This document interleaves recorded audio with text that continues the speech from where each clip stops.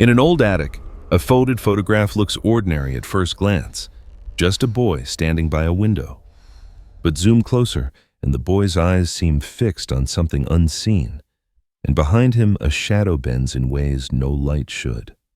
Within weeks of this photo being taken, the boy disappeared, leaving behind only fragments of clocks-coded spirals and whispers of a secret society that may never have died. Comment below what you think happened to him, because by the end of this story, the mystery only grows deeper. Claire Dubois never believed the past could stare back at her through celluloid.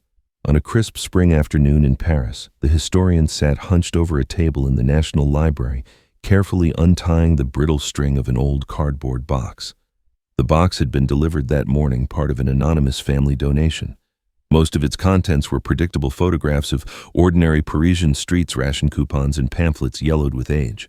But at the very bottom lay a single 16mm film reel, its tin canister dented, its label barely legible, Paris 1936. Claire slid the reel into the light, feeling a rush of curiosity. The projection room was nearly empty, just the hum of the machine and the soft flicker of the beam cutting across the dark. At first, the images were simple, even mundane: a narrow Paris street, cobblestones glistening after rain, a young boy in short trousers clutching his mother's hand. The mother herself, Elise Moreau, though Claire didn't yet know her name, glancing toward the lens with a shy smile. It was the kind of intimate home movie families sometimes made to preserve ordinary days. But then, as the boy stepped aside, something caught Claire's breath short. In the reflection of a glass shopfront, just for a fraction of a second, there appeared a figure, tall, blurred, unmistakably holding a portable camera. Yet Claire knew that in 1936, consumer-grade portable film cameras of that design did not exist. The silhouette looked like something out of the late 40s or even 50s. She froze the frame, leaning closer, her pulse quickening. Was this some elaborate hoax, or had she stumbled on an anachronism no one could explain? Her eyes traced beyond the reflection, noticing another detail. On Elise's lapel sat a red carnation, strangely vivid, even in black and white. Claire scribbled a note in her journal: carnation, etios, symbol. She had studied enough European resistance movements to know flowers often carried hidden meanings. And then, just as she adjusted the speed to slow motion, another revelation emerged. The boy, perhaps 9 or 10 years old, kept tugging at his jacket pocket as though concealing something.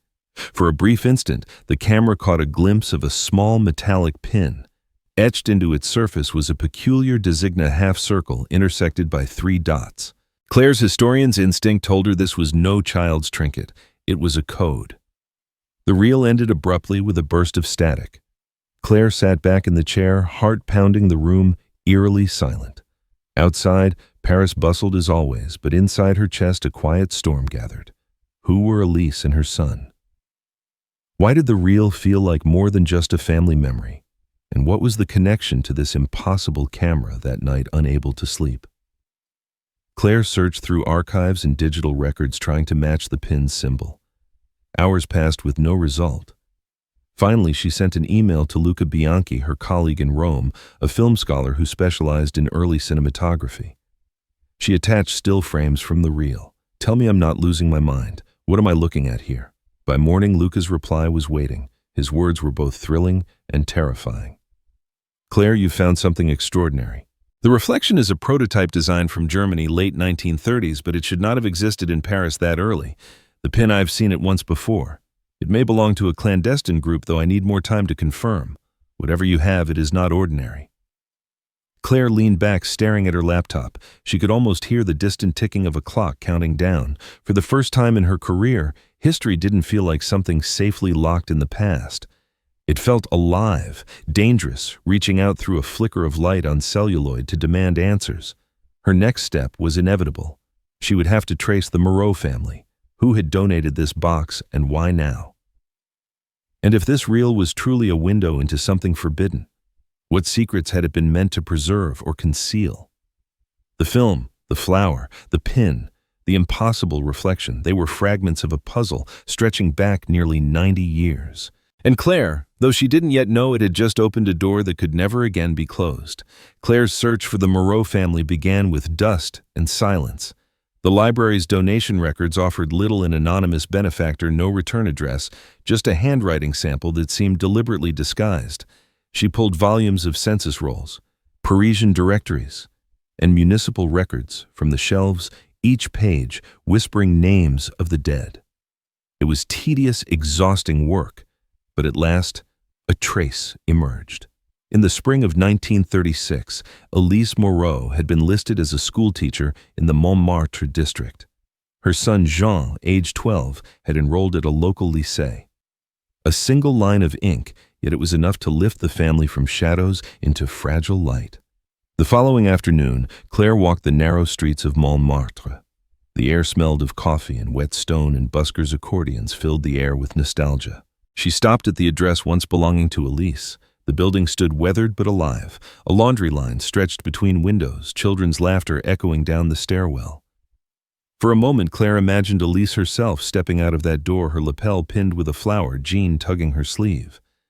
But the memory was decades old, long since swallowed by war. She spoke with the concierge, an elderly man with watery eyes who remembered stories passed down by his parents. Yes, the Moreaus had lived there, he said, but then came 1939 and everything changed. There was an explosion at the Gare de Lyon. People whispered Elise was there when the bomb detonated. She never returned. The boy vanished soon after. Some claimed he was sent to Switzerland. Others muttered about Germany. Nobody knew the truth. Claire scribbled notes furiously. A bombing, a disappearance, a forced migration. The story was no longer a mere curiosity. It was tragedy etched into the city itself. She pulled the still frames from her bag, showing the man the boy's face. He leaned close, frowning, then nodded slowly. "Yes," he whispered. "That is Jean. Always quiet, always hiding things in his pockets. My father used to say he wasn't like the other boys. He carried secrets." The word sent shivers up Claire's arms. Secrets. She knew she had to understand the symbol on Jean's pin. That evening, she placed a call to Zurich, reaching out to Dr. Ernst Keller, a German linguist renowned for his studies of coded wartime communication. When she emailed the frame of the pin, his reply was almost immediate. "This is the sigil of Les Veilleuses, the Watchers, a clandestine circle in France during the 30s, teachers, printers, and civil servants who resisted the creeping tide of authoritarianism. They hid messages in children's drawings in school books, in the very flowers on their clothes. The carnation you saw was no ornament. It was a signal." Claire's mind raced. Elise was not just a mother captured on film. She had been part of a secret network. And Jean, her son, had been entrusted with a symbol that marked him as a courier or a keeper of information. But what information could a 12-year-old possibly guard? The answer came from Luca, who rang her breathless after digging deeper into the reel itself. "Claire, the footage has been spliced. Frames are missing, deliberately removed. Someone edited the film decades ago. They wanted to conceal something." He paused, then added, "And that camera reflection you found. I tracked the design. It matches a German prototype from Munich 1938, 2 years after the date marked on the reel. The presence of that device in Paris in 1936 is impossible, unless someone altered the timeline of the record." Claire sat in silence, gooseflesh prickling her arms. She realized the reel was not simply memory. It was evidence, a fragment of surveillance, or worse, an artifact of manipulation. If Elise and Jean were involved in Les Veilleuses, perhaps their movements were tracked by forces far larger than a neighborhood resistance. Perhaps the camera itself was never meant to be seen. That night, Claire dreamed of the bombing at Gare de Lyon. She saw Elise clutching Jean's hand, a carnation pinned to her lapel, the air thick with dust and fire. But in the chaos stood the same camera figure, unmoved, staring directly into the lens as though aware of Claire across time. She awoke drenched in sweat, her notebook scattered with frantic sketches she had drawn in her sleep, the symbol, the flower, the reflection. The next step was clear. She had to follow Jean's trail. Records suggested he was evacuated to Switzerland under an unofficial protection program, a network operating in the shadows long before any formal witness protection existed. The Swiss Alps had hidden many secrets, and perhaps Jean's survival was one of them. Claire booked her train ticket the next morning. As she zipped her bag, she tucked the reel carefully into its canister, pressing her palm against the cool metal. It was no longer just film. It was a key. And keys were made to unlock doors, even if they led into darkness. What Claire did not yet realize was that every question she answered about the Moreaus would pull her deeper into a labyrinth of betrayal, loss, and silence. She was no longer merely cataloging history, she was stepping into its unfinished script. Claire adjusted her magnifier and leaned closer to the vintage photo.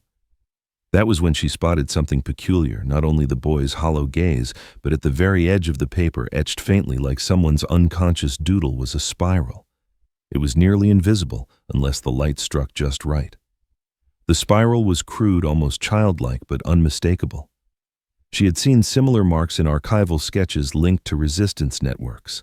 Could this symbol have been a signature, a silent identifier of the Watchers? The discovery unsettled her because it suggested intent, as if the photo wasn't just a snapshot, but a coded message meant to survive decades.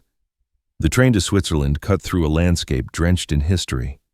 Outside Claire's window, the French countryside blurred, dotted with villages that had survived war and occupation, each church steeple a reminder of endurance. She clutched her notes, rereading every line about Jean Moreau. If the boy had escaped to Switzerland in 1939, his trail might still be traceable in church registries, school records, or even the archives of humanitarian organizations that had shepherded countless children across borders during the rising storm of war. Upon arrival in Geneva, Claire's first destination was the archives of the International Committee of the Red Cross. The building was hushed, its corridors lined with steel cabinets containing the names of the displaced, the vanished, and the lost. An archivist, a tall man with ink-stained fingers, brought out a ledger dated November 1939. Claire's breath caught as she scanned the pages. There it was. Jean Moreau, age 15. French national, relocated to Canton Vaud under supervision of Protocol Lumière. That phrase jolted her memory. Lumière, the French word for light. It matched fragments she had heard from Keller, who described how les veilleuses, the watchers, often used references to light and vision in their coded language. Claire turned the page. Next to Jean's entry, a note was scrawled, "Temporary Shelter Lausanne, Guardian. Elise confirmed missing, presumed perished in Paris bombing."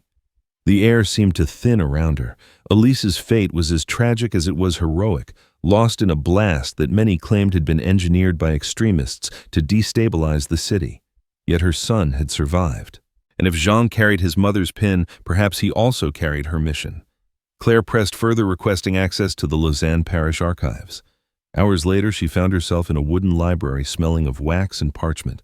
Here, among baptismal records and school rosters, she uncovered another trace. A boy named Jean Rivière, identical in age to Jean Moreau, appeared in school rolls in 1940. The surname change was no accident, it was protection. She studied the old photographs pinned inside the register. One image showed a class of boys, each stiff in woolen jackets. Among them, a thin, serious-eyed teenager looked directly at the lens.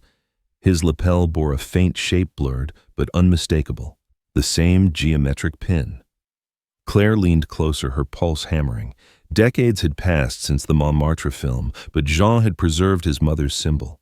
It wasn't just memory, it was continuity. The archivist mentioned something else.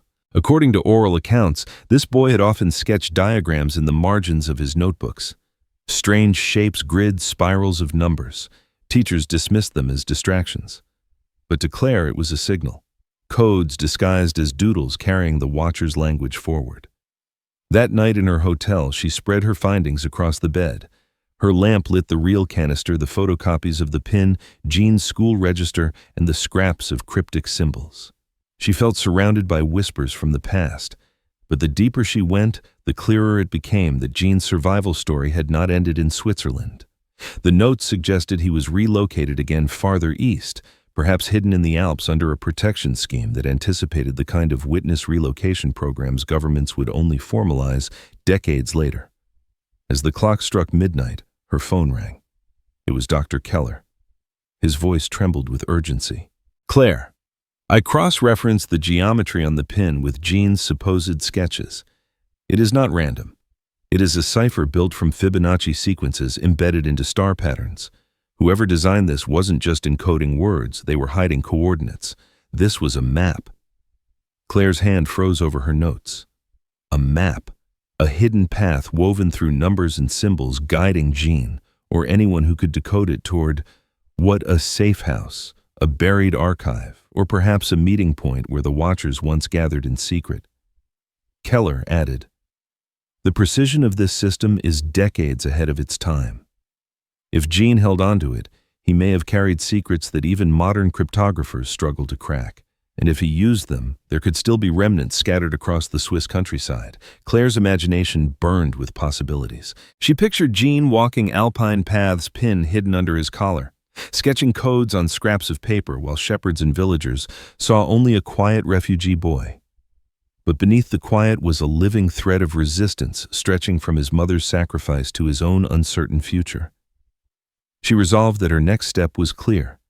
She had to visit the villages of Canton Vaud, the mountain hamlets where refugees were hidden, and where the watchers might have left traces of their network. It would be dangerous chasing ghosts across a landscape that swallowed them long ago. Yet Claire felt the Moreaus pulling her forward, as though Elise herself guided her hand. The reel was no longer simply a curiosity in a box. It was a lantern in darkness, its flickering light illuminating paths long buried by war. And Claire, willingly or not, had become the one to carry it deeper into the night. The alpine air was crisp and biting as Claire stepped off the narrow gauge train into the valley of Canton Vaud. Mountains rose like walls of stone and snow, their peaks glowing faintly under the late afternoon sun. Villages here were small clusters of wooden chalets, each roof heavy with years of weather and history. Life seemed unchanging, but Claire knew these mountains once hid secrets that determined the course of lives and perhaps still did. Her first stop was a village schoolhouse, its stone foundation dark with age. The local historian, Madame Fournier, welcomed her with cautious curiosity. Inside the modest classroom, the smell of chalk lingered as if lessons had ended only minutes earlier. On the wall hung photographs of past students. Claire's eyes caught on one particular frame dated 1941. A group of teenagers stood stiffly in winter coats, faces solemn under the shadow of war. Among them, again, the sharp-eyed boy she had traced from Paris to Lausanne. His nameplate read Jean Rivière. Claire leaned closer. On his collar, the faint glimmer of the metallic pin remained. A chill spread through her as she realized he hadn't just carried it in secret. He had worn it publicly at least once.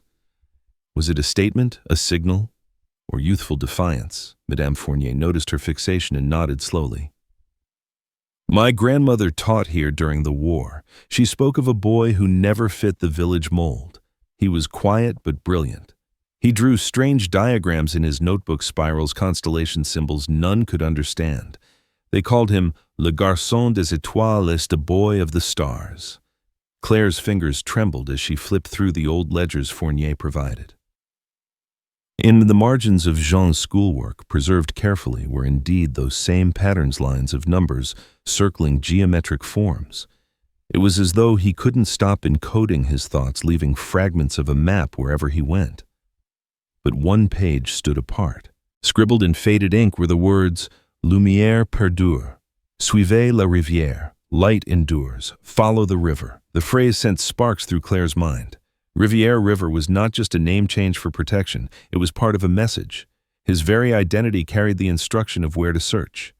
That evening, Claire walked to the edge of the Rhône River, its current rushing fast from the glaciers above. She thought about Jean, a boy adrift in exile, lacing his existence with clues for anyone determined enough to follow. Had he intended this for his sister? For fellow watchers? Or for some future seeker like herself? Back in her hotel room, Keller joined her by phone once more. She read him the inscription. His response was instant. Claire, this isn't metaphorical. I've mapped the star symbols against the Rhone's tributaries. One of them near Montreux forms a perfect Fibonacci spiral when overlaid with Jean's sketches. That cannot be coincidence. It's a deliberate coordinate. Claire's pulse quickened. Montreux, nestled between lake and mountain, had been a hub for artists, dissidents, and exiles during the war. If Jean had encoded a location there, perhaps it was where he intended to leave his final testimony. The following morning, she took a boat across Lake Geneva toward Montreux. Mist curled across the water like ghostly fingers. The city rose from the shore, framed by vineyards and castles that had endured centuries of conflict. Yet beneath the picturesque veneer lay whispers of espionage and underground networks that had thrived in the shadows. At the Montreux Library, Claire combed through refugee registration lists. Her heart lurched when she found the entry Jean Rivière, age 17, apprentice watchmaker. The detail struck her: watchmaker, timekeeper. a profession obsessed with precision gears and hidden mechanisms. Could Jean have chosen it as cover or as a continuation of his coded life?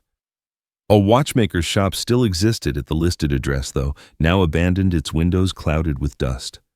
Claire pushed open the creaking door, inhaling the musk of oil and iron. Shelves sagged under the weight of broken clocks, and a half-dismantled pocket watch lay on the counter, gears frozen mid-motion. In the workshop's back room, she discovered a wooden box etched with the familiar spiral motif. Inside, beneath rusted tools, was a folded slip of paper. The ink was faint but legible. "If you find this, remember her light. The watchers do not vanish. They transform." Signed simply Escher, Claire sat in silence, her throat tight. This wasn't just evidence of Jean's survival, it was a declaration. The watchers had not been extinguished by the war. They had adapted, leaving breadcrumbs across time. But the deeper mystery lingered. If John had lived under a false name, crafting timepieces while embedding codes into his surroundings, what became of him after the war? Why had no family ever reunited with him? And what larger truth was he trying to encode in rivers, stars, and spirals? As the lake shimmered beyond the dusty window, Claire knew she could not stop now. The story was no longer just about a vanished mother and child. It was about a hidden network, a generational chain of light-bearers who refused to let truth die in darkness. And somewhere in Montreux, perhaps still buried in a forgotten drawer or etched on the back of a watch, lay the next step in Jean's journey. Dust clung to Claire's fingers as she held the folded slip of paper in the abandoned watchmaker's shop. The handwriting was fragile but deliberate, as though Jean had known someone might find it long after his own life was gone. The phrase, "The watchers do not vanish. They transform," echoed in her mind with the weight of prophecy. She slipped the note into her folder and scanned the workshop again. Every surface seemed to whisper with possibilities, worn leather straps, ticking mechanisms stilled by time, and shelves of half-finished clocks. Then she noticed one particular clock resting alone on a shelf. It was a simple brass carriage clock. Its glass cracked, but its face was marked with odd geometric designs rather than numerals. Claire turned it over and gasped softly. Scratched into the base was a spiral that matched Jean's earlier sketches. Beneath it a date, 1946. The timing mattered. 1946 was the year after the war ended. Did this mean Jean survived the war here in Montreux? Was the clock a farewell, a signature, or a guide? She carefully carried it to the light streaming through the window. Inside its casing, she noticed an extra gear that didn't belong. Her heart pounded. This wasn't a clock, it was a cipher box. Back in her hotel room, she called Keller, who immediately demanded she show him the clock over video. His eyes lit up with intensity. "Claire, rotate the gear 3 times counterclockwise." She did. A hidden compartment snapped open, releasing a tightly folded strip of vellum. On it were faint ink lines forming another set of coordinates. Keller leaned in close to his screen. "That's not Switzerland anymore. That's pointing north, Denmark." The revelation left her breathless. Denmark in the late 1940s was a hub for exiled intellectuals and artists fleeing post-war upheaval. Was Jean still being moved, still following the Watcher's invisible hand? Or was Denmark the place where his journey ended or transformed once more? Before she could chase this lead, Claire returned to the Montreux archives to dig deeper into post-war records. She found a refugee list dated 1947, where the name Jean Rivière was crossed out with a note beside it, "Departed with assistance of Protocole Lumière." Her hands trembled as she traced the ink. The same secret phrase from the Red Cross ledger had resurfaced, as though a hidden bureaucracy still guided his movements, even after the war. Yet the story wasn't purely bureaucratic. In the same archive, Claire uncovered letters written by a young woman named Marguerite, a fellow refugee who lived in Montreux during those years. In one of her journals, she described a boy, with eyes like he carried galaxies inside him, who worked at the watchmaker's shop. She wrote of how he would speak quietly of his mother, never by name, only referring to her as the light. In another entry, Marguerite confessed she believed he belonged to something larger than himself, something dangerous but noble. Claire lingered over those passages, feeling Jean's humanity come alive again. He wasn't just a code carrier or a refugee. He was a teenager grappling with lost responsibility and the impossible task of preserving a legacy while hiding from the world. Armed with the vellum's coordinates, Claire flew to Denmark. Copenhagen's air smelled of brine and history, its streets alive with bicycles and church bells. Yet even here the war had left scars. She tracked the coordinates to a quiet suburb north of the city where records indicated displaced children were housed in the late 1940s. At a local museum, she met with a curator who specialized in wartime migration. When she presented Jean's name, the curator's eyes widened. He recalled hearing whispers of a French boy who had arrived in 1947 under a false identity taken in by a collective of artists and philosophers committed to preserving cultural memory after the war. They had called themselves Les Archives Vivantes, the living archives. The curator retrieved a box from storage. Inside lay photographs, sketches, and a small journal. Claire flipped carefully through its pages until she froze. On one fragile sheet was a drawing unmistakably in Jean's hand, a map of constellations spiraling outward interlaced with coded numbers, almost identical to the ones he had doodled in his Swiss notebooks. In the corner, signed faintly J.R. Her chest tightened. Jean had made it here. He had survived long enough to carry his codes across borders, embedding his story into yet another hidden network. But once again the trail ended abruptly. No death record, no emigration papers, nothing. Jane seemed to dissolve into history, his final act buried beneath layers of secrecy. Claire closed the journal and whispered to herself. He never stopped watching.